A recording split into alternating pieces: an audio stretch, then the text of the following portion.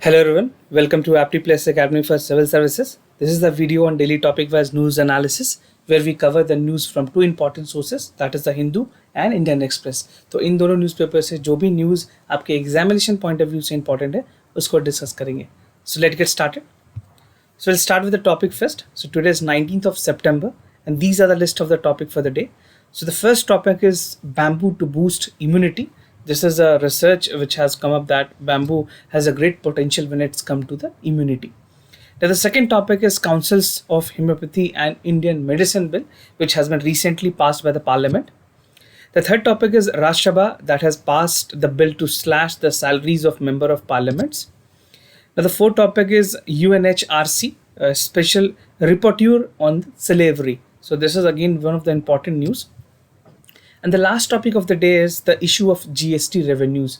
The shortfall in the revenues of the GST, which was about to be shared with the center and the state, has not been done yet, right? तो उसको लेकर के कुछ important बातें हैं यहाँ पर डिस्कस करेंगे. And apart from this, we'll have some MCQs question of the day and the explanation of yesterday question. जो कल के सवाल थे उसके करेक्ट ऑप्शन और एक्सप्लेनेशन भी मैं आपको आज बताऊंगा. तो वीडियो के अंत तक बने रहें ताकि आपको कुछ इंपॉर्टेंट क्वेश्चन प्रैक्टिस करने का मौका मिले. And those of you who are new to our channel, do not forget to subscribe AptiPlus on the YouTube. And if you like this video, do not forget to give a thumbs up. Now starting first the session, that bamboo to boost the immunity. You can find this news in the Hindu. आपको आज के हिंदू के national page में ये चीज़ें मिल जाएगी. ये एक ऐसी टॉपिक है जो आपके जनरल साइंस में भी इंपॉर्टेंट है और जनरल स्टडीज़ के पेपर 3 जहाँ पे साइंस एंड टेक्नोलॉजी की बात की गई है वहाँ पे भी इंपॉर्टेंट है. So for prelims this is again very important news. तो एक रीसेंट रिसर्च में पाया गया है कि जो बैम्बू की जो ग्रासेस हैं, like bamboo grasses is like it is more than 30 feet also, just shorter than like 1 feet also. तो इसकी जो बैम्बू की जो प्रॉपर्टीज़ पाई गई है that is like considered to be the cheapest immunity booster and it can create the resistance in the body against the viral attack. जो कोविड-19 के सिचुएशन को देखते हुए रिसर्चर ने इसको फाइंड किया है कि बहुत सारे ऐसे उसमें कंपोनेंट्स हैं, इंग्रेडिएंट्स हैं बैम्बूज में जो कि हमारी इम्यूनिटी को बूस्ट कर सकती है. Now the bamboo is considered to be the grass of life in the north east region, India की अगर बात करें specifically, and it takes like almost every requirement of from birth to child. कई बार basically from birth to death का ये मतलब है कि आप कई ऐसी चीज़ों में it is being used and in death like at the end of the life everyone has to take the support of the bamboos, right. So ये उस कंसर्न में एक मेटाफर के तौर पे भी चीज़ें लिखी गई हैं. नाउ न्यूट्रिशनल वैल्यू की अगर बात करें बैम्बू की, so the bamboo shoots can have emerging high values, जहाँ पे जो सेफ एडिबल ग्रोइंग के लिए इसके पर्पज़ से यूज़ की जाती है. बैम्बूज़ के बहुत सारे प्रोडक्ट्स बनते हैं नॉर्थ ईस्ट में, चाहे वो पिकल्स हो या और भी सारी चीज़ें हों, ये जनरली बनाई जाती हैं. Basically we north India do not have that much of bamboos as an utility in a cooking foods, but when it come to north east people they do prefer the bamboos, right. And protein content भी काफ़ी high है. Fresh shoots अगर bamboos की बात करें तो जो उसमें न्यूट्रास्यूटिकल है that is ranging between 1.49 to 4.0%. अब ये न्यूट्रास्यूटिकल है क्या, ये डिस्क्राइब करता है कि किसी भी चीज़ में कितनी मेडिसिनल प्रॉपर्टीज़ है, how much nutritional value that entire food the food produce या जो भी प्रोडक्ट है उसकी क्या कंटेंट है, राइट. तो न्यूट्रिशनल फंक्शंस किस तरह से हैं उसके बारे में ये जिक्र होती है. And the edible sprouts are also are the perennial grasses. बात करें अमीनो एसिड्स की, जो कि अगेन बहुत ही इंपॉर्टेंट है हमारे बॉडी के लिए, जहाँ पे amino acids help to build your immunity. जो बॉडी में जो सेल रीजनरेशंस होते हैं या जो डीजनरेशंस होते हैं अमीनो एसिड्स के कारण, उसका काफ़ी ज़्यादा इम्पैक्ट होता है. So which is essential for the human body, ये कहना है Sam Viswanathan ka. He's a director of Kerala Forest Research Institute, right? So these are some of the expert opinion that is coming with regards to the nutritional value of the bamboo. ना बात करें global market की, तो यहाँ पे आप समझेंगे कि जिस तरह से पूरी ग्लोबल मार्केट है बैम्बू सूट्स के लेकर के, वो that is around 1700 million dollar के आसपास की मार्केट है across the world. And more than 3 million tons of the bamboo shoots are consumed across the earth annually. ठीक है, पूरे विश्व में उसको इतना ज़्यादा कंज्यूम किया जाता है 3 मिलियन टन के आसपास.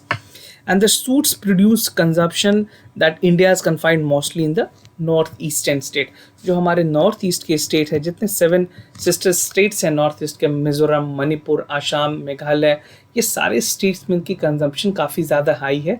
दे use it as vegetable, as pickle, and उनके बहुत सारे ऐसे रिचुअल्स भी हैं जहाँ पे bamboos is a must, right.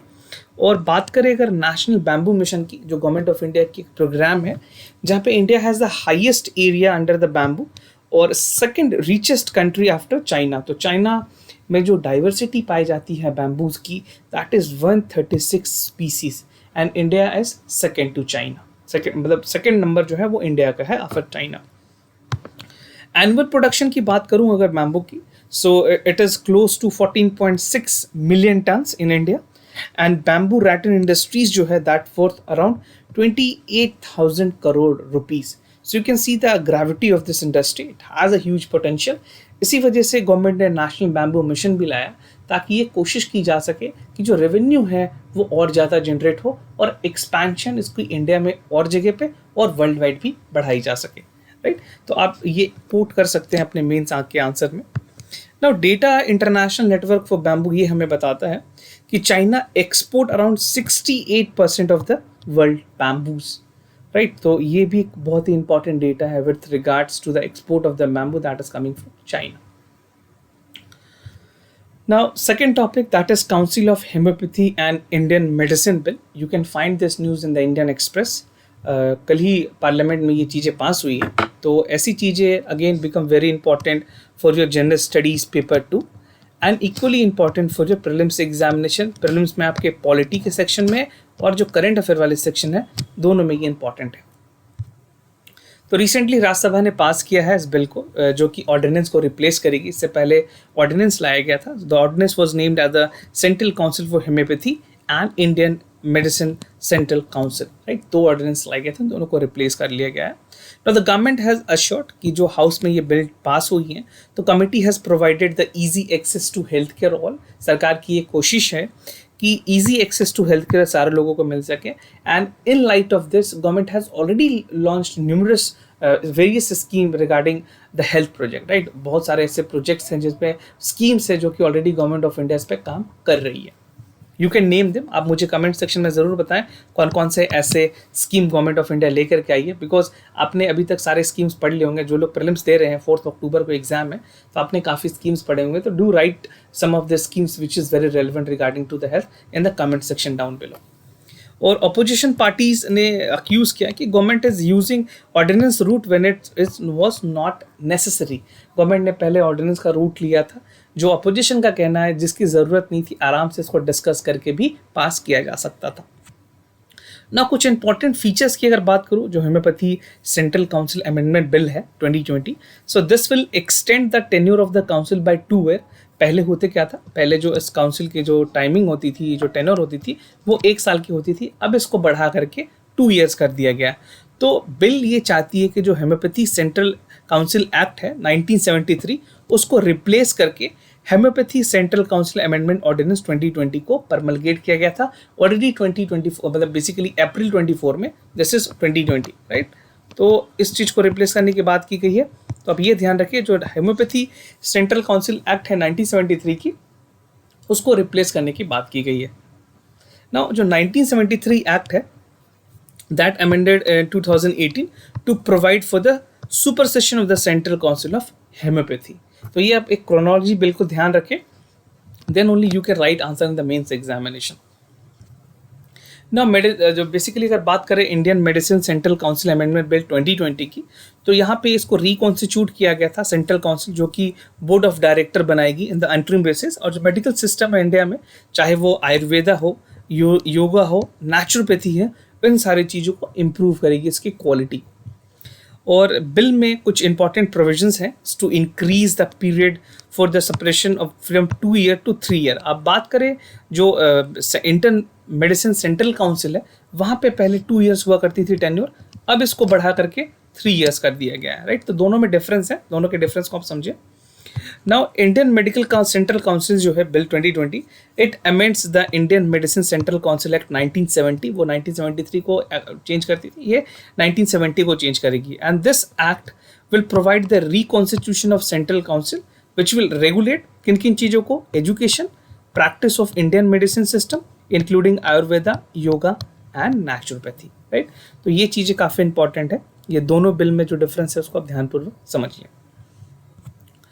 Now coming to the other topic, that is Rajya Sabha passes bill to slash the salaries of MP. You can find this news in the Hindu.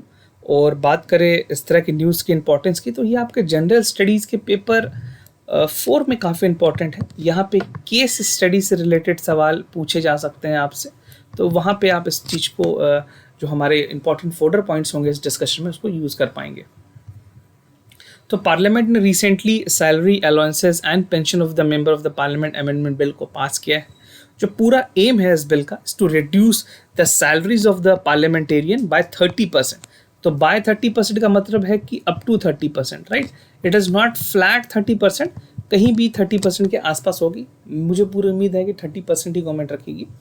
So 1 year के लिए इसको suspend किया गया है, ऐसा नहीं है कि बहुत लंबे टाइम तक, this is only for 1 year. तो ये आप बिल्कुल ध्यान रखें।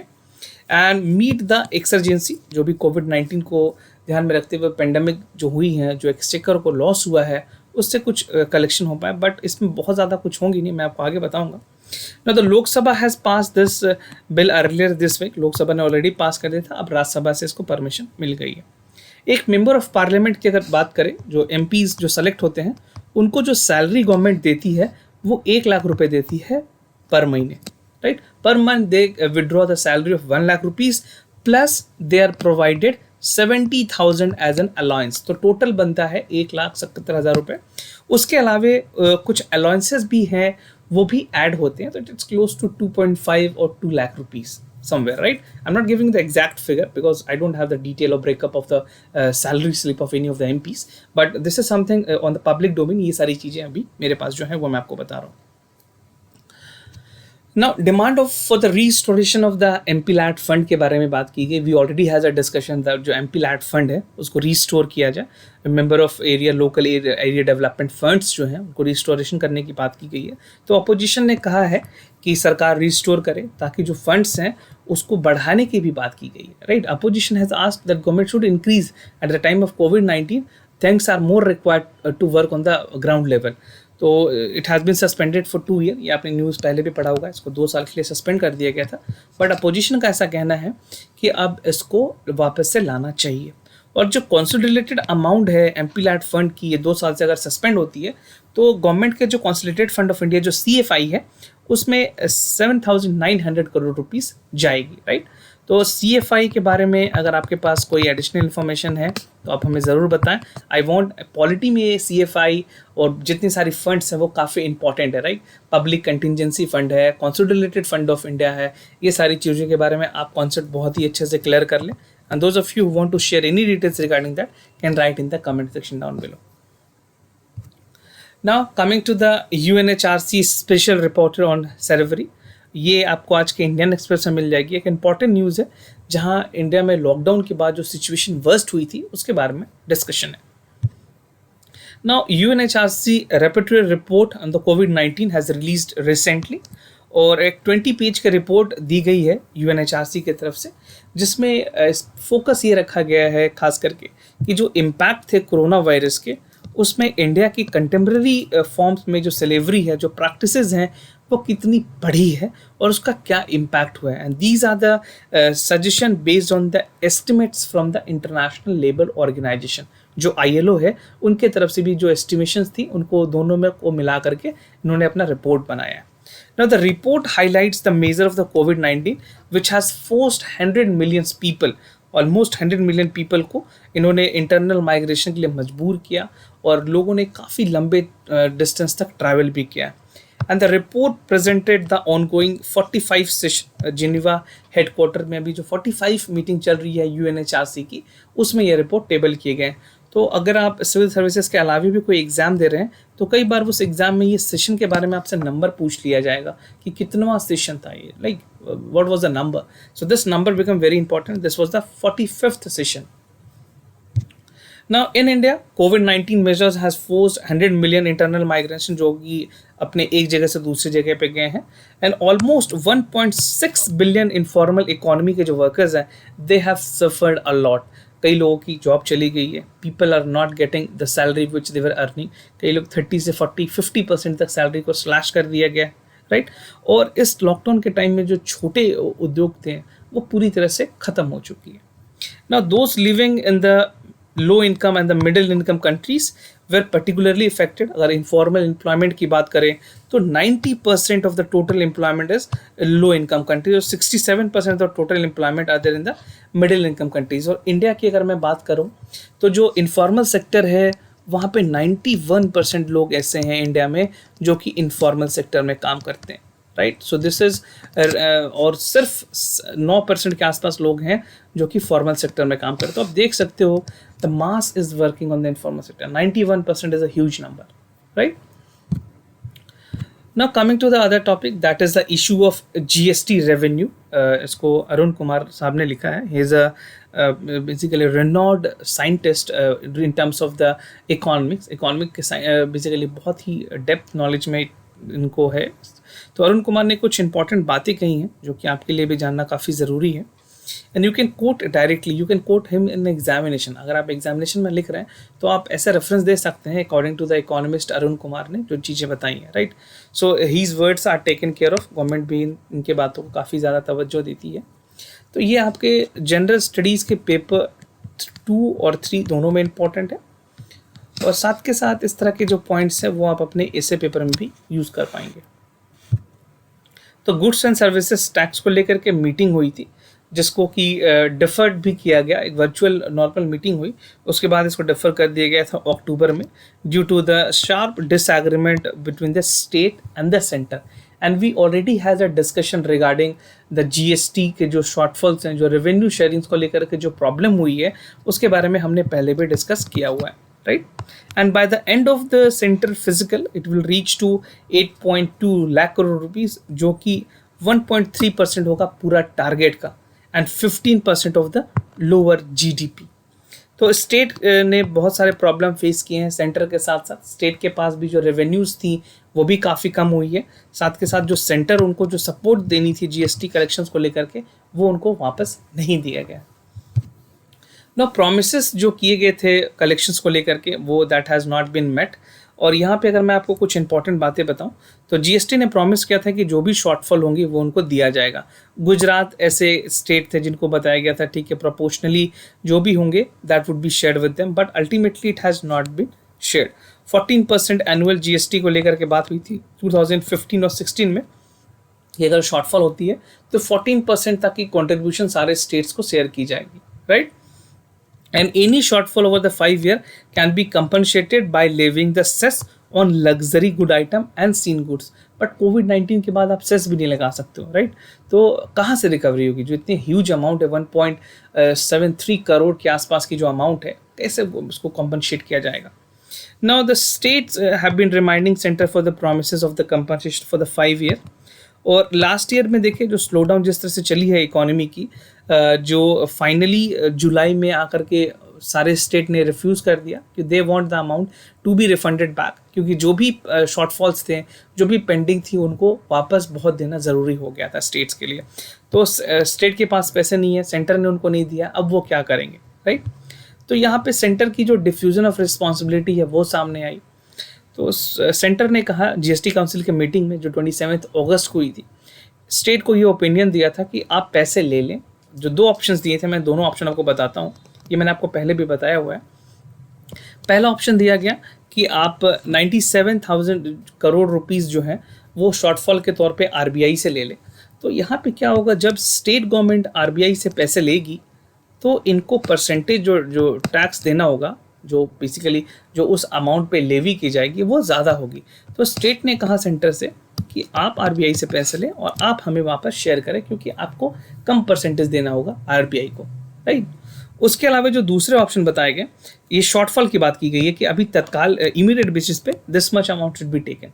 And the second option which was provided कि जितनी टोटल पेंडिंग है, जो टोटल कंपनसेशन का शॉर्टफॉल है 1.35 लाख करोड़ रुपीस वो मार्केट से बोरो कर ली जाए, आरबीआई फैसिलिटेट करेगी उस चीज़ को।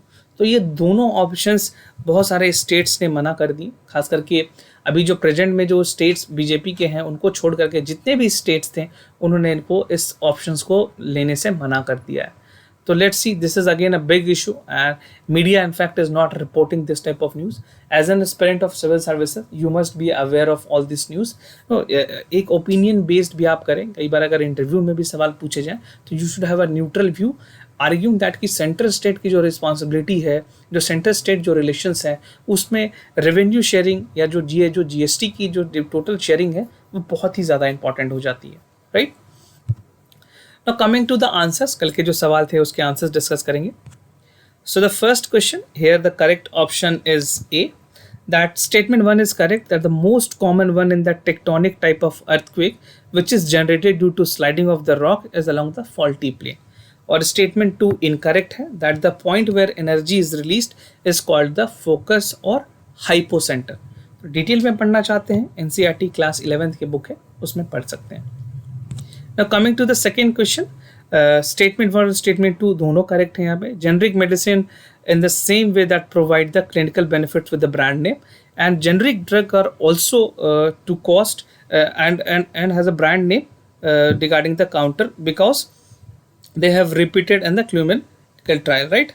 And the name of the medicine are demonstrated in the safety and effectiveness. Now coming to the MCQs question of the day. So the first question is coming from culture. Which of the following is important contribution of the prehistoric painting? It helps us to understand early human being from habits of their food activities. And the second question, just a second. The second statement is prehistoric period provide the information about the evolution of human civilization, right? So you have to choose the correct option A, B, C or D. Whatever you feel is the correct answer, you can write your answer in the comment section down below, right? Now the second question is from the Indian polity. Consider the following statement with regards to Chief Information Commissioner. It work under the Ministry of Personal Grievances and Pension, and the Chief Information Commissioner is appointed by the President. So ये CIC के बारे में है, इस तरह के जो offices हैं उसमें यूपीएससी कई बार सवाल पूछती हैं, तो इसके बारे में जितने भी ऑफिसेज हैं उसको आप अच्छे से पढ़ लें और इसके आंसर आप हमें कमेंट सेक्शन में बता सकते हैं। कोई भी एडिशनल इन्फॉर्मेशन आपके पास हो CIC के बारे में जो आपने इंडियन पॉलिटी की लक्ष्मीकांत में पढ़ा हो तो वो भी आप हमें कमेंट सेक्शन में बता सकते हैं, right. And if you have any other concern do let us know, will be more than happy to assist you. For time being I am signing off, wish you all the best, stay home, stay safe, thank you so much.